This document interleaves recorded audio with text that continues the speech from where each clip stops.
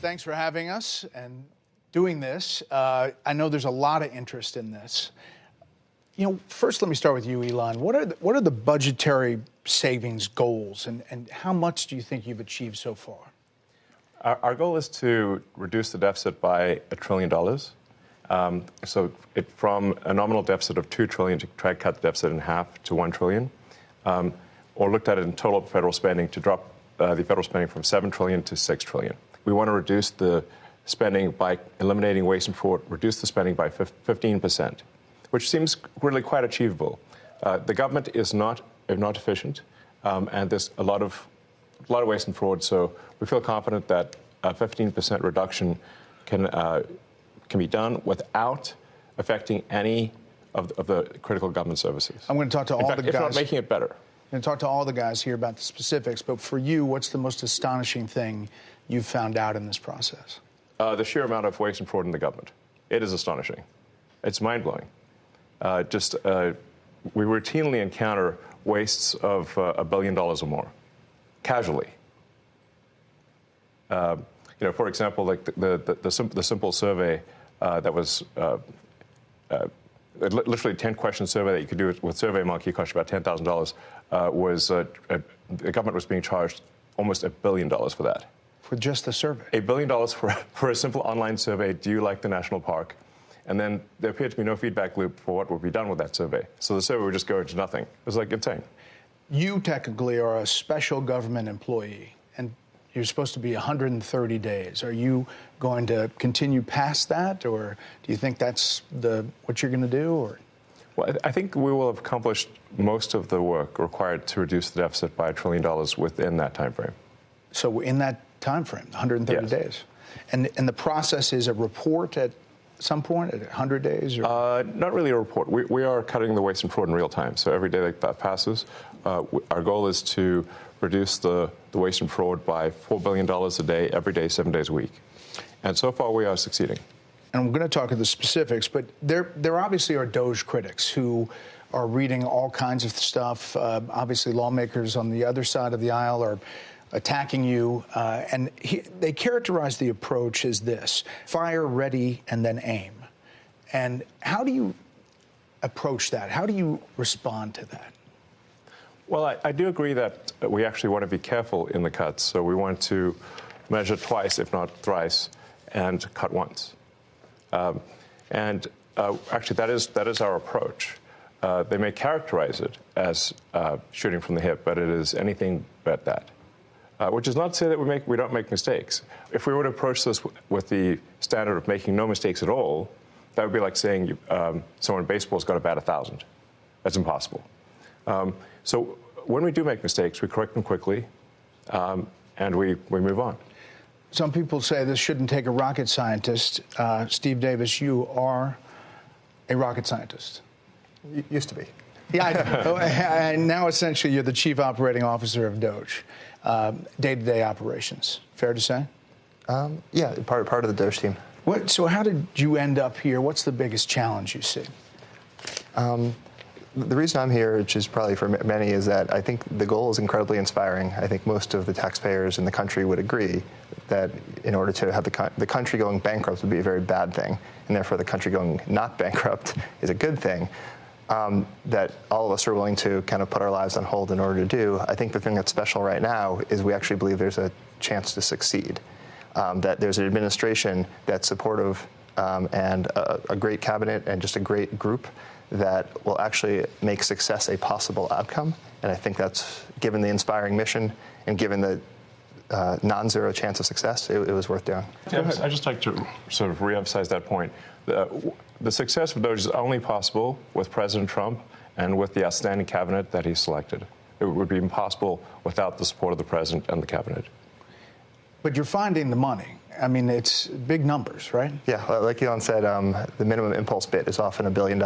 So, for example, the $830 million, which was the online survey, that's an enormous amount of money. That wouldn't have been found if the DOGE team wasn't working with it, in that case, the Department of Interior. But then taking it one step further, DOGE then publishes these things on our website for maximum transparency. So now the general public, it would have been impossible for the general public to have seen that. Now anyone can just log into Doge.gov anytime and see these payments. As they're not yet in real time, they're close, but they'll probably be in real time within the next few weeks. But the process, it still involves Congress, right? At some level? We try to keep Congress as informed as possible, but the law does say that money needs to be spent correctly. It should not be spent fraudulently or wastefully. It's not contrary to Congress to avoid waste and fraud. It is consistent with the law and consistent with Congress.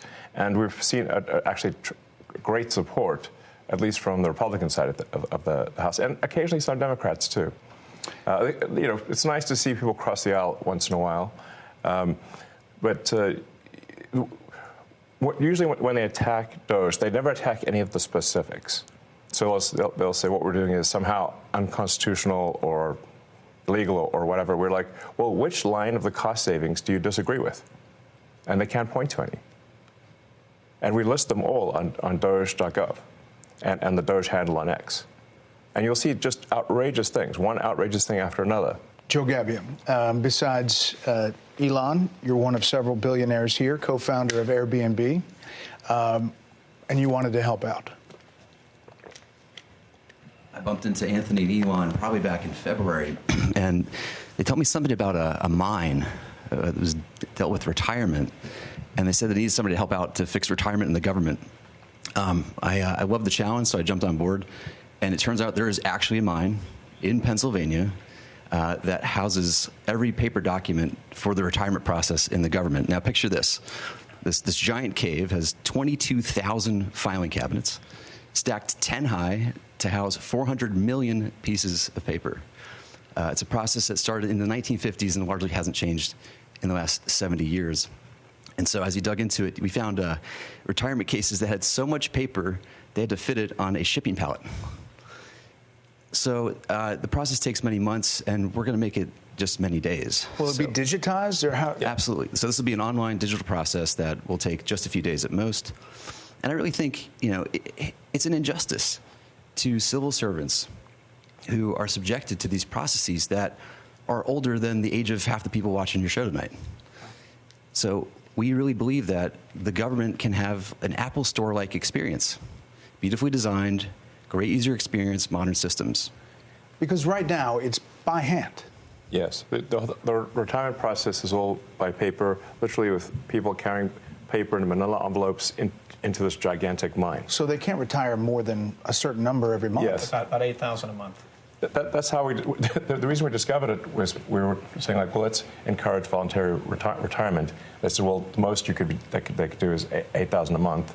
And even under normal circumstances, it can take 6 to 9 months just to have your retirement paperwork processed, and they often get the calculations wrong. So we're like, well, why would it take so long to retire? And they're like, well, because of the mine. And we're like, what do you mean a mine? What's a mine got to do with retiring? And that's where we discovered that all the retirement stuff is still done by paper in a process that looks identical to what occurred in the 1950s. Like if you took a snapshot of the mine when it first started in the 50s to today, it looks the same. It's amazing. So how long do you think it'll take to turn over? We're working as fast as we can. Probably next couple of months we'll have this overhauled. And, I really think, again, why are we subjecting our federal workers to processes that they actually have to go through a training just to retire from the government? There's a whole training program that people have to go through in order to retire. I think we can do better for them. Aram Mogadassi, DOGE engineer. Yeah. You go into these places, one of the more than a dozen engineers, first people to go into the agencies and view the computer data sets. Tell me what you're finding, and for people who don't understand how that process works, explain it for them. Yeah. I'll say the first thing that got me really excited about DOGE was learning basically the state of government computers. By some estimates, government IT costs about $100 billion, and it's funding systems that are over 50 years old, in the case of something like Social Security or the IRS. So really critical systems are old. They cost a lot of money to maintain, and they can be the efforts to improve them are often very delayed. So I thought I'm a software engineer that maybe can make a difference here, and that's really what inspired me at a high level. There's a lot of mystery about Social Security and a lot of words about it here's what Democrats have been saying about it. It's absurd. that Elon Musk is trying to eliminate billions of dollars from Social Security. Elon Musk and President Trump have set their sights on cutting Social Security. Their goal is clear: destroy Social Security from within. You're in the building. I mean, you're in the computers. What's happening there? What are you doing? Yeah, it doesn't line up with my experience on the ground. And I'll say the two improvements that we're trying to make to Social Security are helping people that legitimately get benefits, protect them from fraud that they experience every day on a routine basis, and also make the experience better. And I'll give you one example is at Social Security, one of the first things we learned is that they get phone calls every day of people trying to change direct deposit information. So when you want to change your bank account, you can call Social Security. We learned 40% of the phone calls that they get are from fraudsters. 40%? That's right. Almost half. Yes, and they steal people's Social Security is what happens. Is they call in, they say, they claim to be a retiree, then they convince the Social Security person on the phone to change where the money's flowing. It actually goes to some fraudster. This is happening all day, every day. And then somebody doesn't receive their Social Security. It's because of all the fraud loopholes in the Social Security system. How do you reassure people that what you all are doing is not going to affect their benefits? No, in fact, what we're doing will help their benefits. Legitimate people, as a result of the work of DOGE, will receive more Social Security, not less. I want to emphasize that. As a result of the work of DOGE, legitimate recipients of Social Security will receive more money, not less money. All right. I want to emphasize that point and let the record show that I said this, and it will be proven out to be true.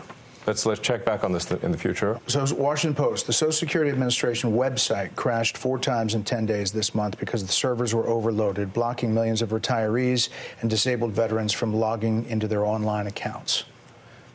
Freaked people out. Is that going to change?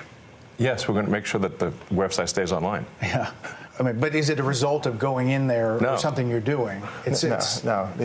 The amount of issues that were with the Social Security system are enormous. As an example, there are over 15 million people that are over the age of 120 that are marked as alive in the Social Security system. And that's an accurate figure. Yes. Correct. 15 million. Correct. This has been something that's been identified as a problem, again, pre-existing problems, since 2008 at least, from an IG report.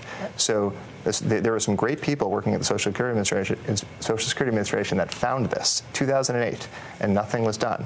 And so 15 to 20 million Social Security numbers that were clearly fraudulent were floating around that can be used only for bad intentions. There'd be no way to use those for good intentions.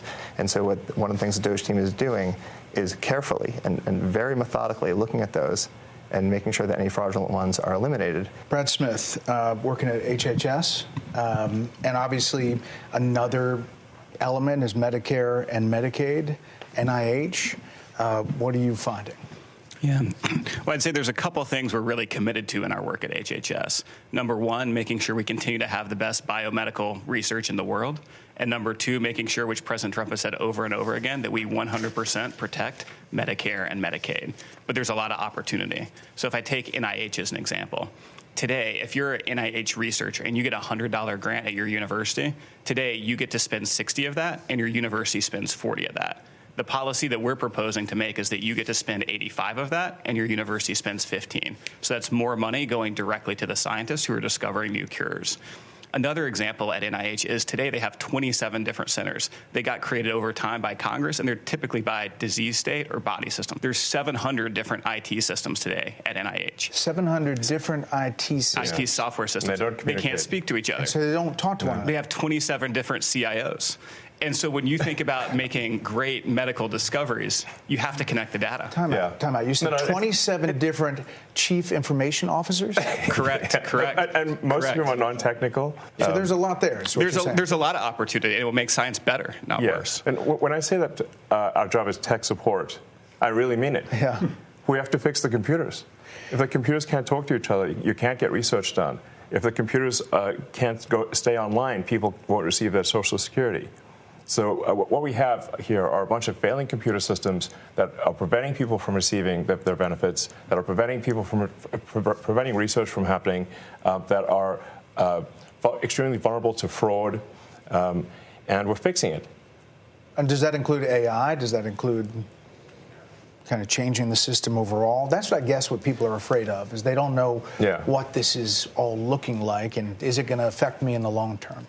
It's going to affect them. It's going to affect people very positively. So the changes that we're doing here will ensure the solvency of the American government, of the United States of America. This is what we're trying to do: is ensure that people do receive their benefits in the future, and you can only receive your benefits if the country is operating in a healthy and competent way. Up next, how the DOGE team plans to streamline some federal jobs and agencies. And later, Elon Musk answers some of your questions that you asked via X. Anthony Armstrong, DOGE, Office of Personnel Management, you're a Morgan Stanley banker, M&A guy. Yeah. You know money, and this is a lot of money sloshing around. There's a lot of money sloshing around. There's a lot of money sloshing out the door. And if you look at the federal government and the way the workforce works, it's really a one-way ratchet over decades. So it's only going up. It's only going up. You never take it away. So that leaves you with duplicative functions. It leaves you with overstaffing, and it leaves you with functions in the wrong places. So a couple of examples. Duplicative functions. Brad mentioned 27 CIOs. If you had kept going with Brad, he would talk about the communications office. I think you've got 40 distinct communications offices in HHS, right? Yeah. 40?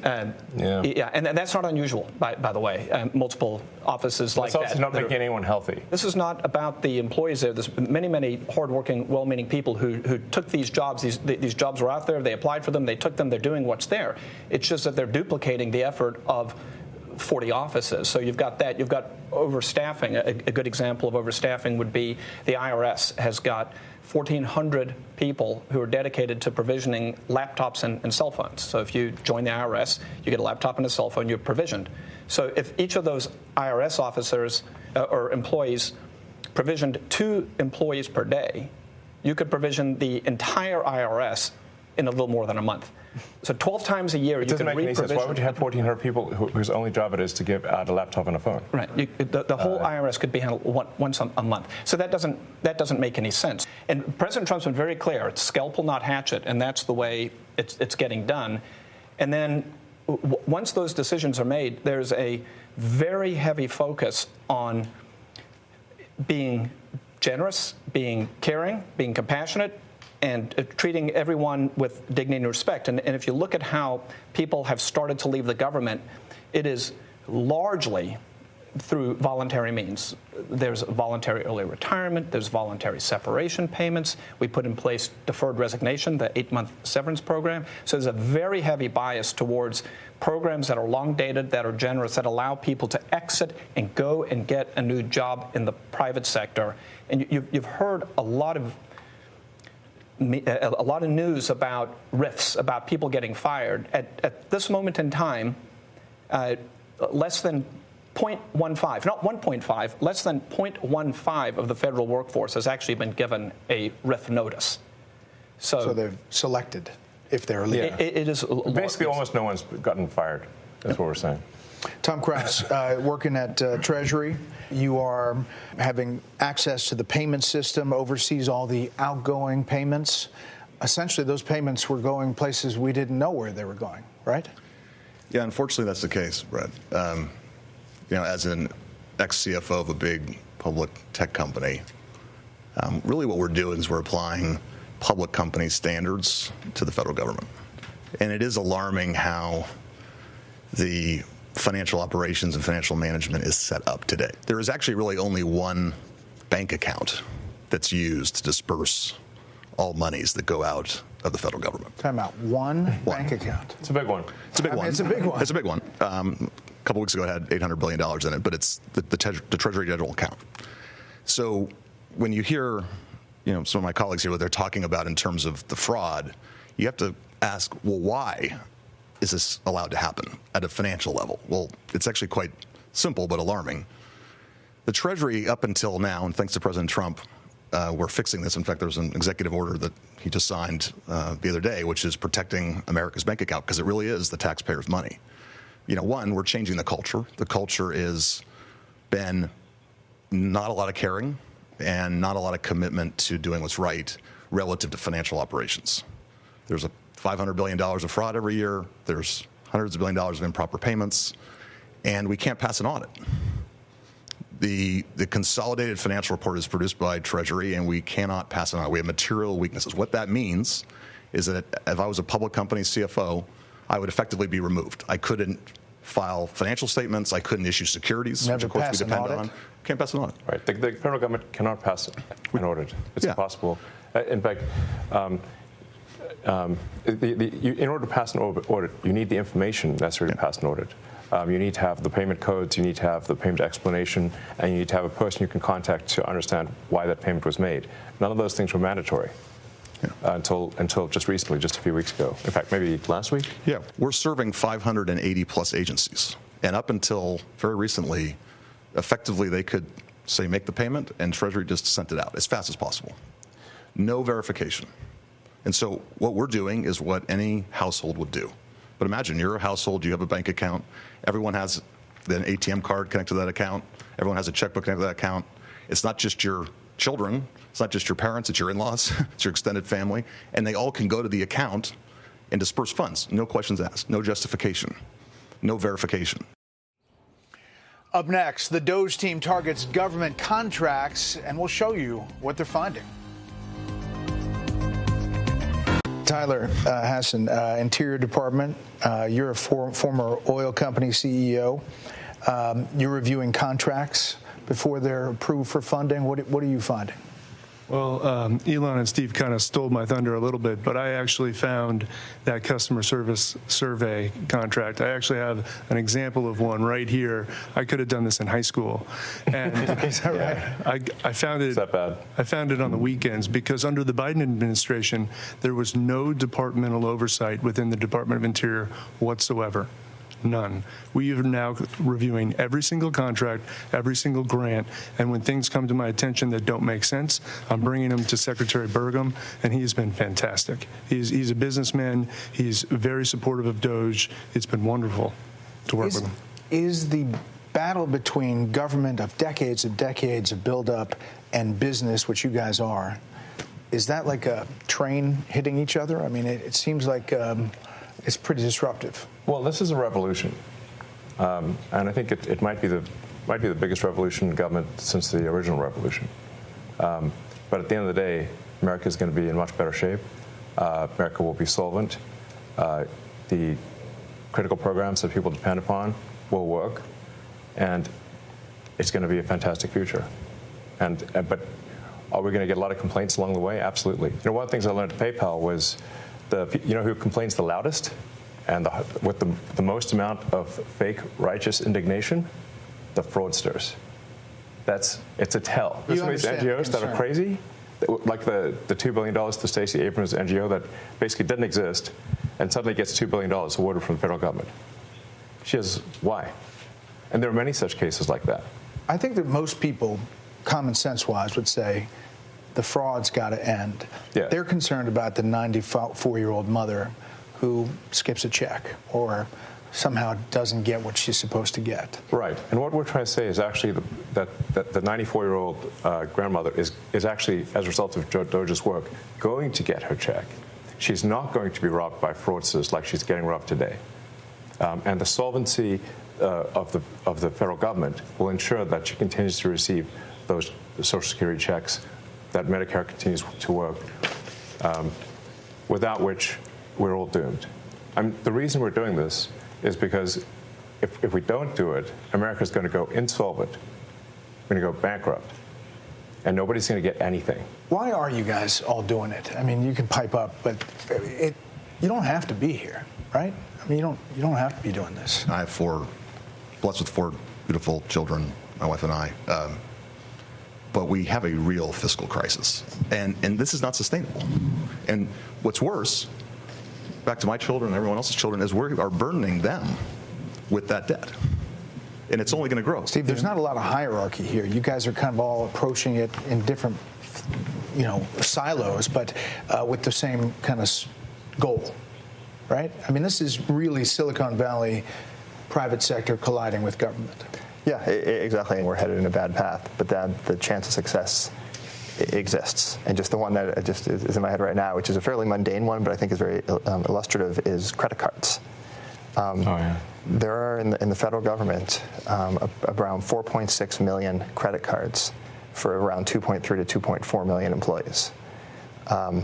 This doesn't make sense. Right. And so one of the things all of the teams have worked on is we've worked with the agencies and said, do you need all of these credit cards? Are they being used? Can you tell us physically where they are? I hope they're getting frequent flyers. Actually, on a different note, the rewards program the federal government has is actually not very good. That's a whole other... It's a negotiation. Sure, yeah, exactly. But so far, the teams have worked together, and they've reduced it from 4.6 million to 4.3 million. So we're taking it easy. But clearly there should not be, more. There should not be more credit cards than there are people. Yeah. Joe, middle-level employees, are they seeing a benefit to being empowered by taking out bureaucracy? I mean, absolutely. I mean, I think what you're seeing is taking the best of Silicon Valley and the business world and bringing it into the government. We're bringing the best practices and the best methodologies, and people are inspired. Right, especially on the retirement process, which I can speak to.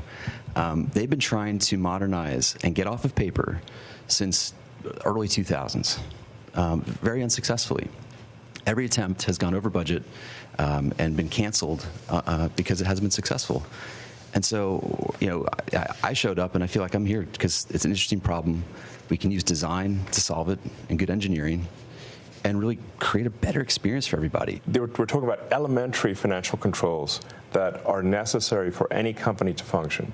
So, like, if the federal government, if a commercial company operated the way the federal government does, then it would be immediately go bankrupt. It would be delisted. The officers would be arrested. The changes we're putting in place will enable the federal government to pass an audit. It will enable taxpayers to know where the money is going and know that their hard-earned tax dollars are being spent well. The ways that the government is defrauded is that the computer systems don't talk to each other. So if the computer systems don't talk to each other, then you can exploit that gap, and fraudsters exploit that gap to take advantage. For example, there were over $300 million of Small Business Administration loans that has been given out to people under the age of 11. Well, actually, to add to it, it's $300 million under the age of 11 and over $300 million to over the age of 120. Definitely. Small business loans. Correct. Yes. The oldest American is 114. So it's safe to say if their age is 115 or above, they're fake. Or they should be in the Guinness Book of World Records. And we should not be giving out loans to babies. So the youngest recipient of a Small Business Administration loan is a 9-month-old, which is a very, very precocious baby we're talking about here. So obviously it was just fraudulent.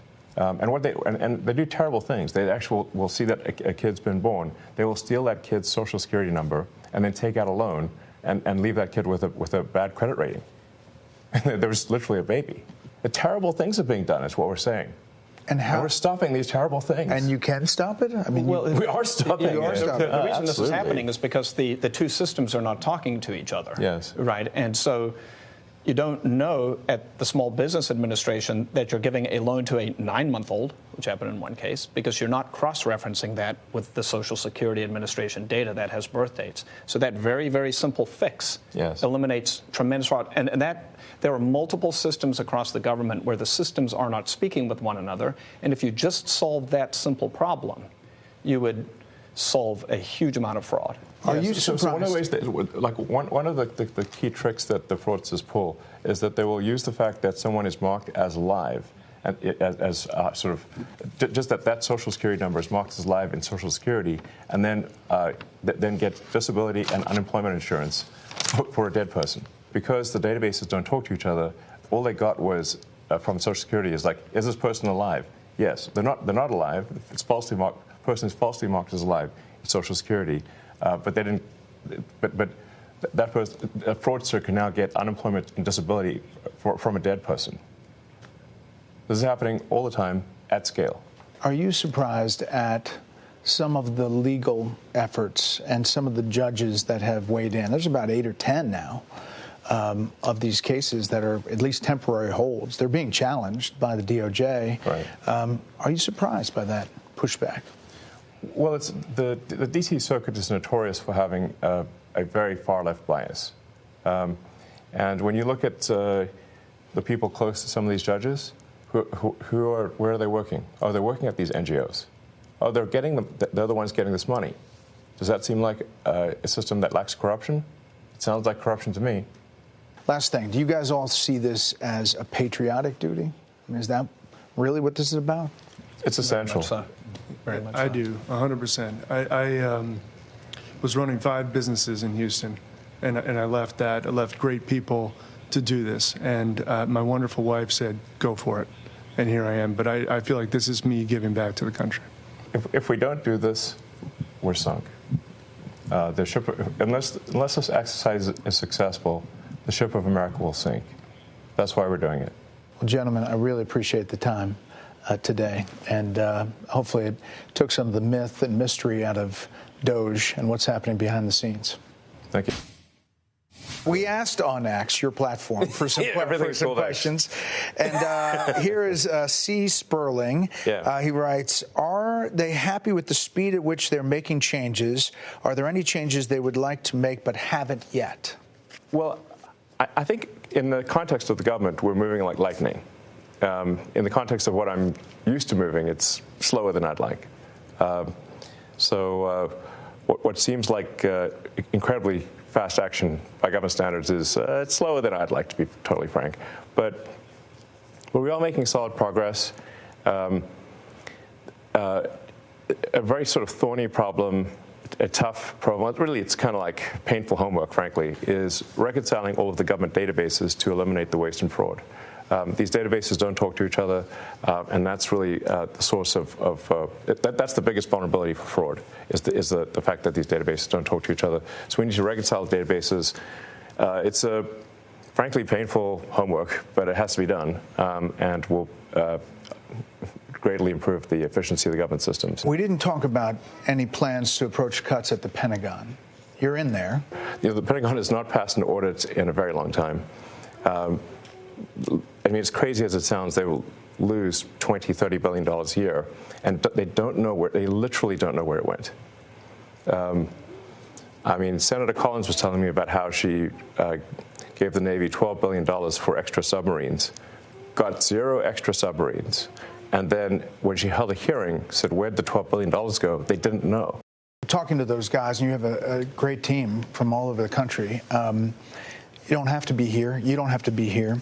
You know, there's now been these many cases of violence and vandalism at Tesla dealerships.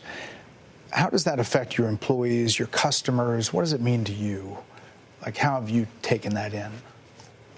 Well, I think a great wrong is being done to the people of Tesla and to our customers. I mean, Tesla is a peaceful company that has made great cars, great products. That's all it's done.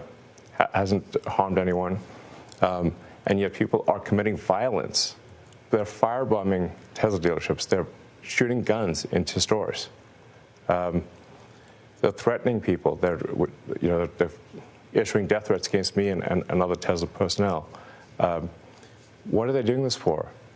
Why? And what's happening, it seems to me, is they're being fed propaganda by the far left, and they believe it.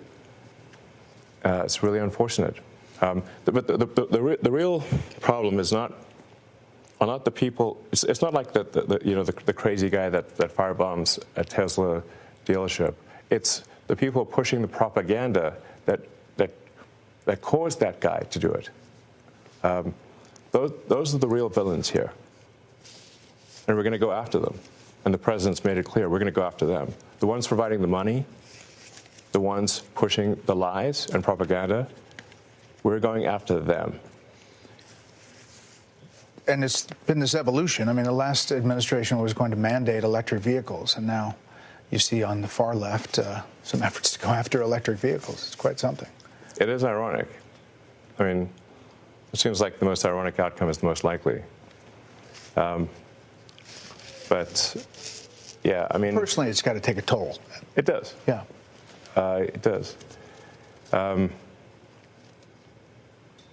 think there's some real evil out there, and we have to overcome it. I mean, you have been called a Nazi, a white supremacist, a fascist. I mean, they've got the sort of their just normal to name playbook. a few. Yeah. I mean, they've still got it. They haven't. I guess they still need to call me Stalin, Mussolini, whatever, Genghis Khan, or whatever. I mean, they've called the president all these things. I think at one point there was a magazine cover which said the president was worse than President Trump was worse than Hitler, Mussolini, and Stalin combined. And the president hasn't killed anyone. He hasn't started any wars. In fact, he's good at stopping wars. So this is obviously they're pushing these lies. And why do they push these lies? And I think that we need to hold people responsible for pushing these lies, because those lies almost got the president killed. What's something that people wouldn't know about the president? You're pretty close to him now. You spend a lot of time with him. What's something that people wouldn't know? I think the president is a good man.